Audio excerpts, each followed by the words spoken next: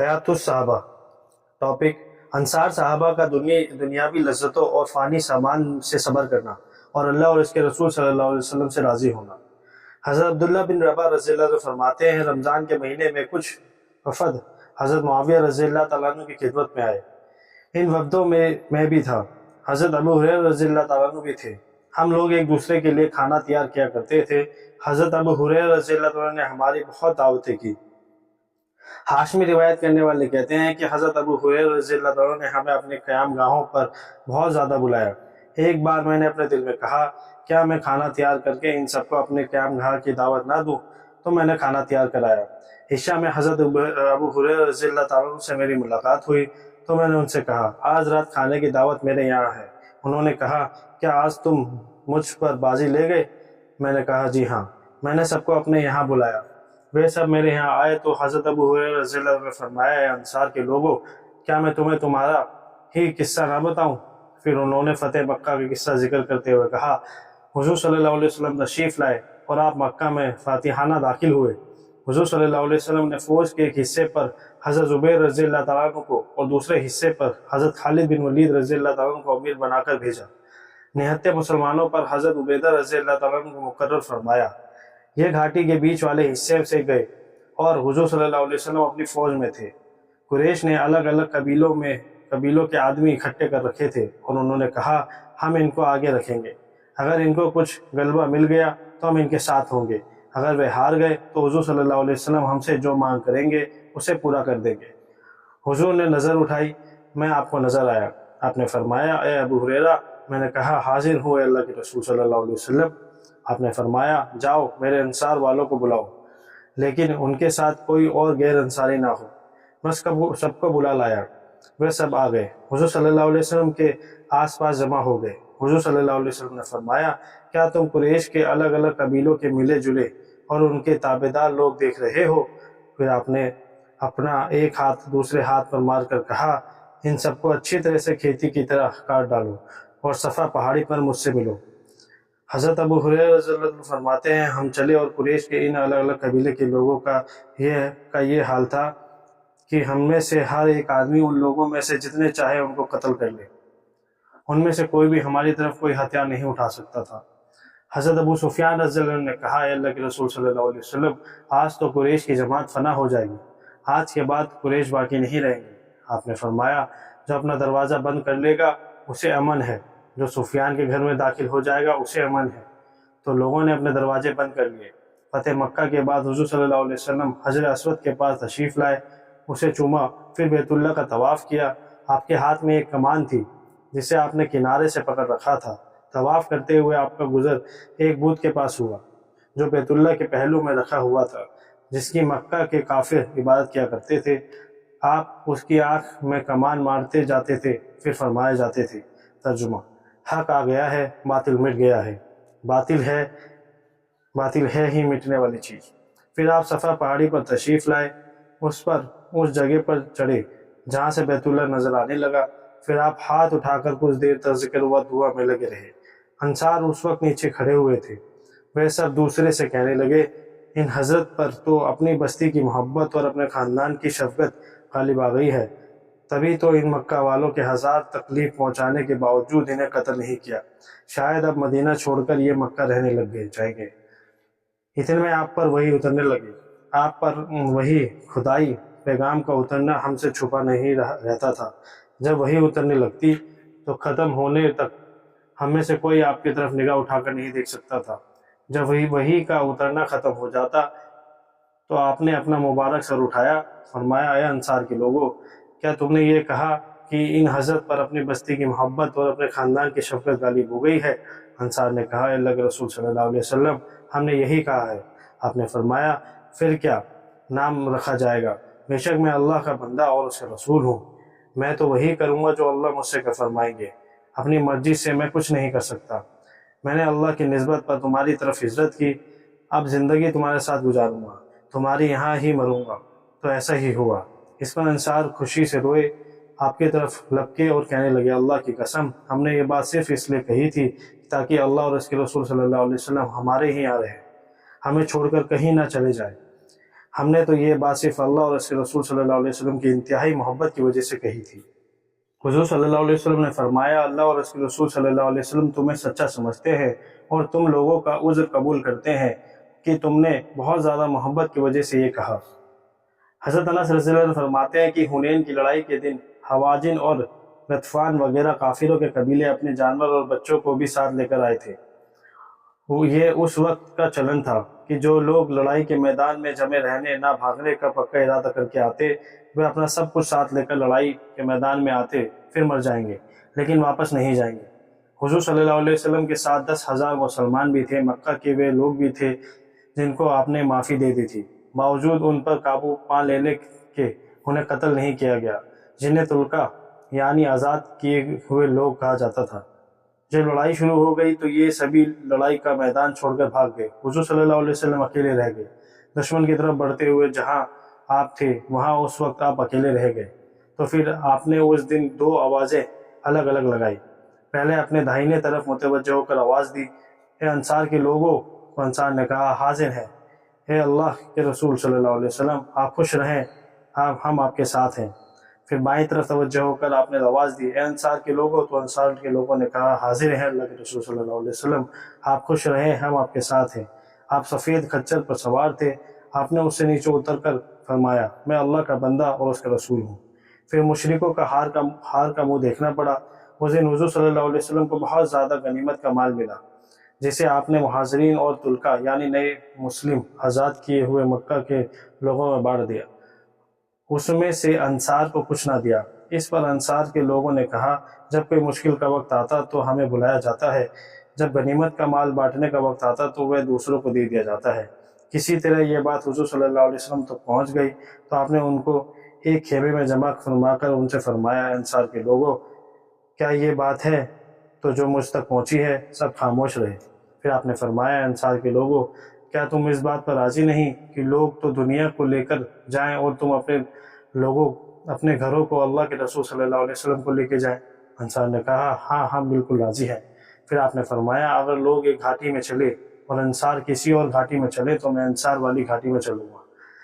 ہشام روایت کرنے والے کہتے ہیں کہ میں نے حضرت انس رضی اللہ عنہ سے کہا، اے ابو حمزہ، یہ حضرت انس کی کنیت ہے، کیا آپ اس موقع پر وہاں موجود تھے؟ انہوں نے کہا، میں وہاں سے کہاں غائب ہو سکتا تھا۔ حضرت ابو سعید خدری رضی اللہ عنہ فرماتے ہیں کہ جب حضور صلی اللہ علیہ وسلم کو حنین کی لڑائی میں غنیمت کا بہت سارا مال ملا، آپ نے غنیمت کا یہ سب مال قریش اور عرب کے نئے مسلموں میں دل رکھنے کے لیے بانٹ دیا۔ انصار کو اس میں سے کچھ نہ ملا تو انصار کو یہ بات محسوس ہوئی، یہاں تک کہ ان میں سے کچھ لوگوں کی زبان سے یہ نکل گیا کہ اللہ کی قسم، حضور صلی اللہ علیہ وسلم تو اپنی قوم سے جا ملے اور اب یہ وہیں مکہ میں ٹھہر جائیں گے، مدینہ واپس نہیں جائیں گے۔ تو حضرت سعد بن عبادہ رضی اللہ عنہ نے حضور صلی اللہ علیہ وسلم کی خدمت میں جا کر عرض کیا، اے اللہ کے رسول صلی اللہ علیہ وسلم، قبیلہ انصار اپنے جی میں آپ کے بارے میں کچھ پا رہے ہیں۔ آپ نے فرمایا، کیوں؟ انہوں نے کہا، وہ اس وجہ سے ناراض ہیں کہ آپ نے سارا غنیمت کا مال اپنی قوم میں اور باقی عرب لوگوں میں بانٹ دیا ہے اور انصار کو اس میں سے کچھ نہ ملا۔ آپ نے فرمایا، اے سعد، تمہارا اس بارے میں کیا خیال ہے؟ انہوں نے کہا، میں بھی اپنے قوم کا ایک آدمی ہوں، جو ان کا خیال ہے وہی میرا۔ آپ نے فرمایا، اپنی قوم کو میرے لیے اس احاطے میں جمع کر لو، جب میں جمع ہو جائیں تو مجھے خبر کر دینا۔ حضرت سعد نے باہر انصار سے اعلان کر دیا، سب کو ایک احاطے میں جمع کر لیا۔ کچھ مہاجرین آئے تو ان کو بھی اندر جانے کی اجازت دے دی، کچھ اور آئے تو حضرت سعد نے ان کو واپس کر دیا۔ جب سارے انصار وہاں جمع ہو گئے تو حضرت سعد نے حضور کی خدمت میں جا کر عرض کیا، اے اللہ کے رسول صلی اللہ علیہ وسلم، آپ نے مجھے جہاں جمع کرنے کا حکم دیا تھا، قبیلہ انصار وہاں جمع ہو چکے ہیں۔ تو حضور صلی اللہ علیہ وسلم وہاں تشریف لائے، ان میں بیان فرمانے کے لیے کھڑے ہو گئے۔ پہلے اللہ کی حمد و ثنا بیان کی، پھر فرمایا، اے انصار کے لوگوں، کیا یہ بات نہیں کہ جب تمہارے پاس گیا تھا تو تم سب گمراہ تھے، پھر اللہ نے تمہیں ہدایت دے دی، تم سب فقیر تھے، اللہ نے تمہیں غنی کر دیا، تم آپس میں ایک دوسرے کے دشمن تھے، اللہ نے تمہارے دلوں میں الفت پیدا کر دی۔ انصار نے کہا، جی ہاں، بالکل ایسا ہی ہے۔ پھر آپ نے فرمایا، اے انصار کے لوگوں، تم جواب کیوں نہیں دیتے ہو؟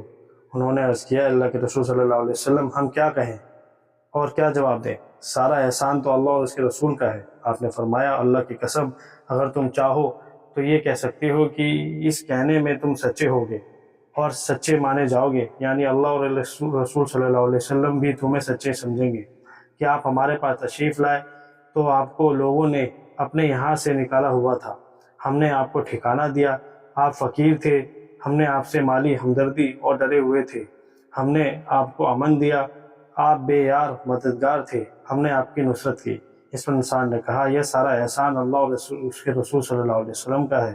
پھر آپ نے کہا تم گھاس پھوس کی طرح جلد ختم ہو جانے والی اس دنیا کی وجہ سے اپنے دلوں میں مجھ سے ناراض ہو گئے ہو، وہ تو میں نے غنیمت کا مال دے کر ان لوگوں کا دل رکھا ہے جو ابھی مسلمان ہوئے ہیں۔ میں نے تمہیں اسلام کی اس نعمت کے حوالے کیا ہے جو اللہ نے تمہاری قسمت میں لکھی کہ تم غنیمت کا مال نہ ملنے کے باوجود اسلام کی نعمت پر اللہ اور رسول صلی اللہ علیہ وسلم سے راضی رہو گے۔ اے انصار کے لوگوں، کیا تم اس بات پر راضی نہیں ہو کہ تمام لوگ تو بکریاں اور اونٹ لے کر اپنے گھروں کو جائیں، تم اللہ اور اللہ کے رسول صلی اللہ علیہ وسلم کو لے کر اپنے گھر جاؤ۔ قسم ہے اس ذات کی انصار دوسری گھاٹی میں چلیں تو میں انصار کی گھاٹی میں چلوں گا۔ اگر ہجرت کو فضیلت نہ ہوتی تو میں بھی انصار میں ایک آدمی ہوتا۔ اے اللہ، انصار پر، انصار کے بیٹوں پر، انصار کے بیٹوں پر رحم فرما۔ یہ سن کر تمام انصار رونے لگے، اتنا روئے کہ داڑیاں تر ہو گئیں۔ انہوں نے کہا ہم اللہ کے رب ہونے پر، اللہ کے رسول صلی اللہ علیہ وسلم کے مال بانٹنے پر راضی ہیں۔ تو آپ واپس اپنی قیام گاہ پر تشریف لے گئے، انصار صحابہ بھی۔ حضرت سعید بن یزید رضی اللہ عنہ فرماتے ہیں کہ حضور اکرم صلی اللہ علیہ وسلم نے حنین کی لڑائی میں حوازن کے مال غنیمت کو احسان کے طور پر قریش وغیرہ نئے مسلم لوگوں میں بانٹ دیا، تو اس پر انصار ناراض ہو گئے۔ جب حضور صلی اللہ علیہ وسلم نے یہ خبر سنی تو آپ ان کے خیموں میں ان کے پاس تشریف لے گئے۔